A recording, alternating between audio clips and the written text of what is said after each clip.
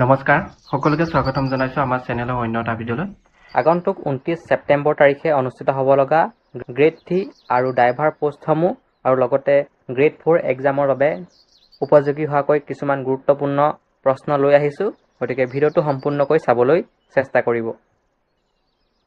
প্ৰথম প্ৰশ্নটো হৈছে বেটি বচাও বেটি পঢ়াও আঁচনি কেতিয়া আৰম্ভ কৰা হৈছিল? এই প্ৰশ্নৰ শুদ্ধ উত্তৰটো হৈছে অপশ্যন চি 2015 চনৰ 22 জানুৱাৰী তাৰিখে বেটি বচাও বেটি পঢ়াও আঁচনি আৰম্ভ কৰা হৈছিল। কুৱেশ্যন নাম্বাৰ 2, আন্তঃৰাষ্ট্ৰীয় ক্ৰিকেট পৰিষদৰ মুখ্য কাৰ্যালয় ক'ত অৱস্থিত? ICCৰ হেডকোৱাৰ্টাৰটো সুধিছে, নিশ্চয় সকলোৱে উত্তৰটো পাৰিছে। অপশ্যন ডি হৈছে আৰু শুদ্ধ উত্তৰ ডুবাই। আন্তঃৰাষ্ট্ৰীয় ক্ৰিকেট পৰিষদ ICCৰ হেডকোৱাৰ্টাৰ আছে ডুবাইত, নিশ্চয় সকলোৱে জানে। কুৱেশ্যন নাম্বাৰ 3, তলৰ কোনটো ধাতু আটাইতকৈ পাতল?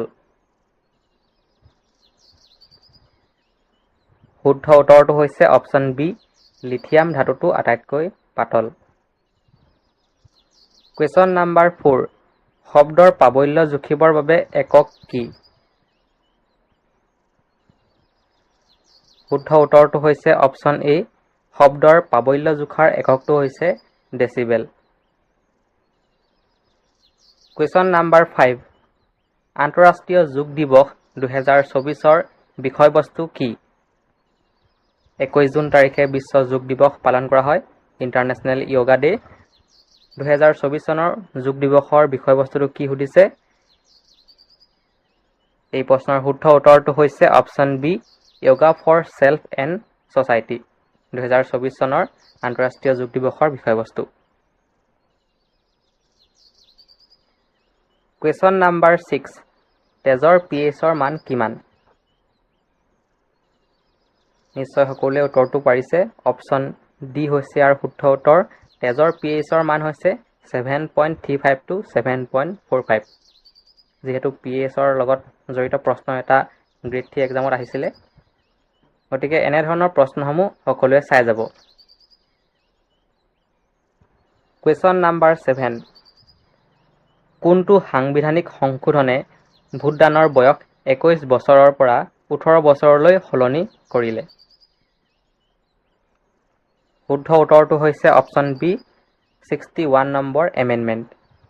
61 নম্বৰ সংবিধান সংশোধনে ভোটদানৰ বয়স 21 বছৰৰ পৰা 18 বছৰলৈ সলনি কৰিছিলে।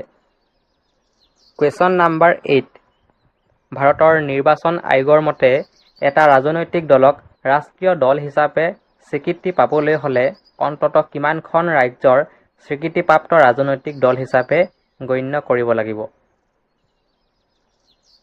এই প্ৰশ্নৰ শুদ্ধ উত্তৰটো হৈছে অপশ্যন ডি 4, অন্ততঃ 4খন ৰাজ্যত স্বীকৃতি পাব লাগিব। কুৱেশ্যন নাম্বাৰ 9, ডিয়েগো গাৰ্চিয়া দ্বীপ ক'ত অৱস্থিত? ইয়াৰ শুদ্ধ উত্তৰটো হৈছে অপশ্যন বি, ডিয়েগো গাৰ্চিয়া দ্বীপ ভাৰত মহাসাগৰত অৱস্থিত। কুৱেশ্যন নাম্বাৰ 10, তৃতীয় বাৰ্মিজ আক্ৰমণ কেতিয়া হৈছিল? ইয়াৰ শুদ্ধ উত্তৰটো হৈছে অপশ্যন এ, 1821। 1821 চনত বাৰ্মিজ বা মানসকলে 3 নম্বৰবাৰ আক্ৰমণ কৰিছিল। প্ৰথমবাৰ আক্ৰমণ কৰিছিল 1817, দ্বিতীয়বাৰ 1819 আৰু তৃতীয়বাৰ 1821 চনত। কুৱেশ্যন নাম্বাৰ 11, কাংলা দুৰ্গ উত্তৰ পূব ভাৰতৰ ক'ত অৱস্থিত? এই প্ৰশ্নৰ শুদ্ধ উত্তৰটো হৈছে অপশ্যন ডি, ইম্ফল। কাংলা দুৰ্গটো ইম্ফল, মণিপুৰত অৱস্থিত। কুৱেশ্যন নাম্বাৰ 12, ভাৰতৰ বিধানসভা নিৰ্বাচনত ভোটিং বিকল্পত নন অফ দি এবভ চমুকৈ নটা প্ৰথম কেতিয়া ভাৰতৰ নিৰ্বাচন আয়োগে বলবৎ কৰিছিল? এই প্ৰশ্নৰ শুদ্ধ উত্তৰটো হৈছে অপশ্যন বি, 2013 চনৰ নৱেম্বৰ মাহত ভাৰতৰ নিৰ্বাচন আয়োগে নটা চমুকৈ নন অফ দি এবভ বলবৎ কৰিছিল। কুৱেশ্যন নাম্বাৰ 13, বাৰমুদা ত্ৰিভুজ বা ডেভিল ত্ৰিভুজ কোন মহাসাগৰত অৱস্থিত? শুদ্ধ উত্তৰটো হৈছে অপশ্যন বি বাৰমুডা ত্ৰিভুজ বা ডেভিল ত্ৰিভুজ আটলাণ্টিক মহাসাগৰত অৱস্থিত। কুৱেশ্যন নাম্বাৰ 14 ভাৰতীয় সংবিধানৰ 330 পৰা 342 নং অনুচ্ছেদ কিহৰ লগত জড়িত?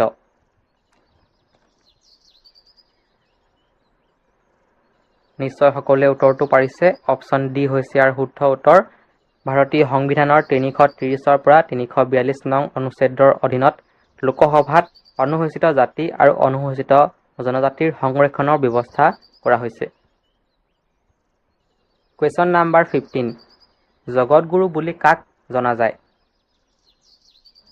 এই প্ৰশ্নৰ শুদ্ধ উত্তৰটো হৈছে অপশ্যন এ জগতগুৰু বুলি শ্ৰীমন্ত শংকৰদেৱক জনা যায়। ইয়াৰ পিছৰ কুৱেশ্যন নাম্বাৰ 16 ৰোমান সংখ্যাৰ এলৰ মান কিমান? যিহেতু গেট 3 পৰীক্ষাত ৰোমান সংখ্যাৰ ওপৰত এটা প্ৰশ্ন আহিছিল, নিশ্চয় সকলোৱে পাইছিল, গতিকে এই প্ৰশ্নৰ শুদ্ধ উত্তৰ কোনটো হ'ব? গতিকে ইয়াৰ শুদ্ধ উত্তৰ হ'ব অপশ্যন ডি 50। ৰোমান সংখ্যাৰ এলৰ মান হৈছে 50, গতিকে সকলোৱে মনত ৰাখিব। কুৱেশ্যন নাম্বাৰ 17 কোনখন গ্ৰন্থৰ বাবে নলিনীবালা দেৱীয়ে সাহিত্য অকাডেমী বঁটা লাভ কৰিছিল? অপশ্যনসমূহ সকলোৱে চাই ল'ব। আৰু এই প্ৰশ্নৰ শুদ্ধ উত্তৰ হৈছে অপশ্যন ডি অলকানন্দা। অলকানন্দা গ্ৰন্থৰ বাবে নলিনীবালা দেৱীয়ে সাহিত্য অকাডেমী বঁটা লাভ কৰিছিল। কুৱেশ্যন নাম্বাৰ 18 ভাৰতৰ দক্ষিণ দিশত থকা ৰাজ্যখনৰ নাম কি? আৰু অপশ্যনসমূহৰ পৰা ইয়াৰ শুদ্ধ উত্তৰ হৈছে অপশ্যন চি তামিলনাডু। নিশ্চয় সকলোৱে পাৰিছে। কুৱেশ্যন নাম্বাৰ 19 আজলি নৌপৌ অসমীয়া ছবিখনৰ পৰিচালক কোন আছিল? আৰু ইয়াৰ শুদ্ধ উত্তৰ হৈছে অপশ্যন এ নীপ বৰুৱা। আজলি নৌবৌ অসমীয়া ছবিখনৰ পৰিচালক আছিল নীপ বৰুৱা। কুৱেশ্যন নাম্বাৰ 20 তলৰ কোনটো অসমৰ প্ৰাকৃতিক বিভাগ নহয়? আৰু এই প্ৰশ্নৰ শুদ্ধ উত্তৰ হৈছে অপশ্যন ডি নীলাচল পাহাৰ। গতিকে প্ৰশ্নটো ভালদৰে চাই ল'ব। তলৰ কোনটো অসমৰ প্ৰাকৃতিক বিভাগ নহয় বুলি সুধিছে, তেনেহ'লে ইয়াৰ শুদ্ধ উত্তৰ হ'ব অপশ্যন ডি নীলাচল পাহাৰ। অসমৰ প্ৰাকৃতিক বিভাগক তিনিটা ভাগত ভাগ কৰা হৈছে: ব্ৰহ্মপুত্ৰ উপত্যকা, বৰাক উপত্যকা আৰু উত্তৰ কাছাৰ পাহাৰ। গতিকে নীলাচল পাহাৰক অসমৰ প্ৰাকৃতিক বিভাগত ভাগ কৰা নাই। কুৱেশ্যন নাম্বাৰ 21 বগা পদুম কোন দেশৰ ৰাষ্ট্ৰীয় ফুল? White lily. এই প্ৰশ্নৰ শুদ্ধ উত্তৰ হৈছে অপশ্যন চি ইটালী। বগা পদুম ইটালী দেশৰ ৰাষ্ট্ৰীয় ফুল। গতিকে ইটালীৰ ৰাজধানীখনৰ নাম কি হয় সকলোৱে কমেণ্টত জনাব। কুৱেশ্যন নাম্বাৰ 22 LAN সম্পূৰ্ণ ৰূপটো কি? আৰু ইয়াৰ শুদ্ধ উত্তৰ হৈছে option D local area network. লেনৰ সম্পূৰ্ণ ৰূপটো হৈছে local area network. Question number 23 তলৰ কোনজন ৰজা নৰকাসুৰৰ পুতেক আছিল? আৰু ইয়াৰ শুদ্ধ উত্তৰ হৈছে অপশ্যন বি ভগদত্ত। নৰকাসুৰৰ পুতেকৰ নাম হৈছে ভগদত্ত। কুৱেশ্যন নাম্বাৰ 24 মানস ৰাষ্ট্ৰীয় উদ্যান কিমান চনত ৰাষ্ট্ৰীয় উদ্যান ৰূপে স্বীকৃতি লাভ কৰিছিল?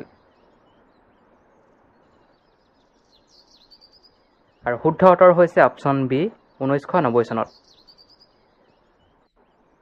কুৱেশ্যন নাম্বাৰ 25 অসম ৰাজ্যিক সংগ্ৰহালয় ক'ত অৱস্থিত? নিশ্চয় সকলোৱে জানে। ইয়াৰ শুদ্ধ উত্তৰ হৈছে অপশ্যন চি গুৱাহাটী। অসম ৰাজ্যিক সংগ্ৰহালয় গুৱাহাটীত অৱস্থিত। কুৱেশ্যন নাম্বাৰ 26 কঠিন কাৰ্বন ডাই অক্সাইডক সাধাৰণতে কি বুলি কোৱা হয়? ইয়াৰ শুদ্ধ উত্তৰ হৈছে অপশ্যন ডি ড্ৰাই আইচ, শুকান বৰফ। কঠিন কাৰ্বন ডাই অক্সাইডক শুকান বৰফ বুলি কোৱা হয়। নিশ্চয় সকলোৱে পাৰিছে। Question number 27। টকিঅ' অলিম্পিকত ভাৰতে কিমান পদক লাভ কৰিছিল? যিহেতু হৈ যোৱা থাৰ্ড গ্ৰেডৰ পৰীক্ষাত টকিঅ' অলিম্পিকৰ ওপৰত এটা প্ৰশ্ন আহিছিল। নিশ্চয় আগন্তুক দিনৰ পৰীক্ষাসমূহত এই টকিঅ' অলিম্পিকৰ ওপৰত প্ৰশ্ন আহিব পাৰে। গতিকে এই প্ৰশ্নৰ শুদ্ধ উত্তৰ হৈছে অপশ্যন চি 7টা। টকিঅ' অলিম্পিকত ভাৰতে 7টা পদক লাভ কৰিছিল। তাৰে 1টা গ'ল্ড, 2টা চিলভাৰ আৰু 4টা ব্ৰঞ্জৰ পদক লাভ কৰিছিল। সকলোৱে মনত ৰাখিব। Question number 28। ৰাষ্ট্ৰীয় সন্মান লাভ কৰিবলৈ সক্ষম হোৱা প্ৰথম অসমীয়া চলচ্চিত্ৰৰ নাম কি? আৰু শুদ্ধ উত্তৰ হৈছে option B Piyali Phukan. Question number 29। 2015 চনত পৰিকল্পনা আয়োগৰ ঠাইত কোনখন প্ৰতিষ্ঠান স্থাপন কৰা হৈছিল? আৰু ইয়াৰ শুদ্ধ উত্তৰ হৈছে অপশ্যন বি নীতি আয়োগ। গতিকে নীতি আয়োগ কেতিয়া প্ৰতিষ্ঠা কৰিছিল সেই প্ৰশ্নটো আহিব পাৰে। গতিকে সকলোৱে মনত ৰাখিব। আৰু এনেধৰণৰ প্ৰশ্নসমূহে আপোনালোকৰ আগন্তুক পৰীক্ষাত আহিব।